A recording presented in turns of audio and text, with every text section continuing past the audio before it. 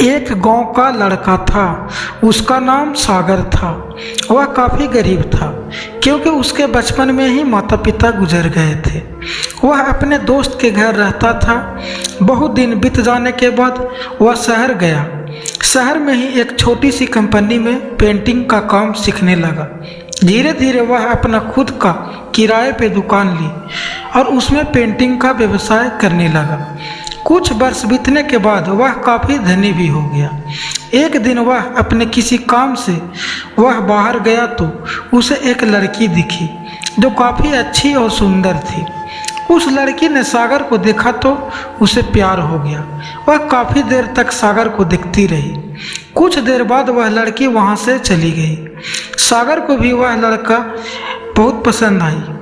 सागर उस लड़की को कुछ दिन खोजता रहा लेकिन किस्मत ने उन दोनों को मिला ही दिया।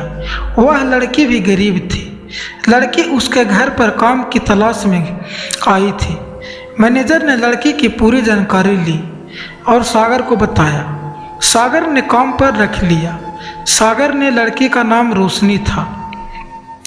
रोशनी ने सागर से मिलने आई तो सागर उस समय कुछ शब्द भी साफ से बोल नहीं पा रहा था, जिसे रोशनी को लगा यह लड़का गूंगा है।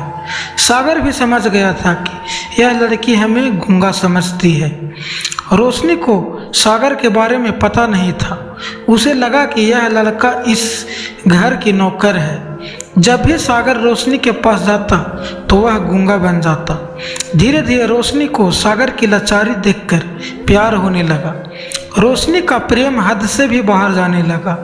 सागर को एक खांसी पर भी रोशनी उसके पास पहुंच जाती थी।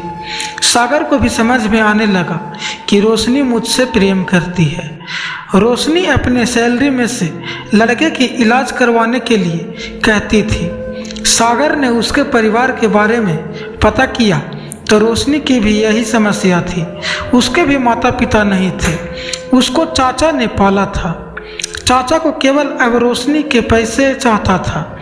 ये सब जानकर सागर रोने लगा क्योंकि वो भी रोशनी से बहुत प्रेम करता था। वह ये सब सोचकर दिन रात रोने लगा क्योंकि वह गूंगे होने का झूठ बोला था। रोशनी जब सुबह काम पर आई तो उसे पता चला कि सागर हॉस्पिटल में भर्ती है। वह दौड़ते हुए हॉस्पिटल पहुंची तो देखा सागर बेहोश पड़ा है। डॉक्टर ने बताया कि सागर अब बोल नहीं सकता। उसने अपनी जीभ को काटने की कोशिश की है। डॉक्टर ने रोशनी को एक पत्र दिया जो सागर ने लिखा था। उस पत्र को पढ़ने लगी। उसमें लिखा था, मैं काफ़ी अमीर हूँ। जिस घर में तुम काम कर रही हो उस घर की मालिक मैं ही हूँ, लेकिन मैंने तुमसे झूठ बोला मैं गूंगा हूँ। अब इस झूठ का प्रायश्चित करने के लिए मैं ऐसा कर रहा हूँ। इसके साथ ही तुम मेरे घर के मैनेजर से पैसे लेकर अपने चाचा को दे देना और एक नई जिंदगी की शुरुआत करना। हो सके तो मुझे माफ़ कर देना। तुम्हारा दोषी। पत्र को पढ़ने के बाद रोशनी भी रोने लगी और वह दौड़ते हुए मंदिर गई। रोशनी ने भगवान के सामने कसम खाई और बोली, जब तक सागर बोलने नहीं लगता तब तक मैं कुछ नहीं खाऊंगी, भले ही मेरे मृत्यु क्यों न हो जाए। इधर डॉक्टर भी सागर को इलाज कर रहे थे। प्रभु ने दोनों के बात सुन ली और सागर को इलाज से वह बोलने लगा, लेकिन उसका याददाश्त चला गया था। रोशनी ने उसे याददाश्त लाने के लिए काफ़ी प्रयास की लेकिन यह संभव नहीं हो सका।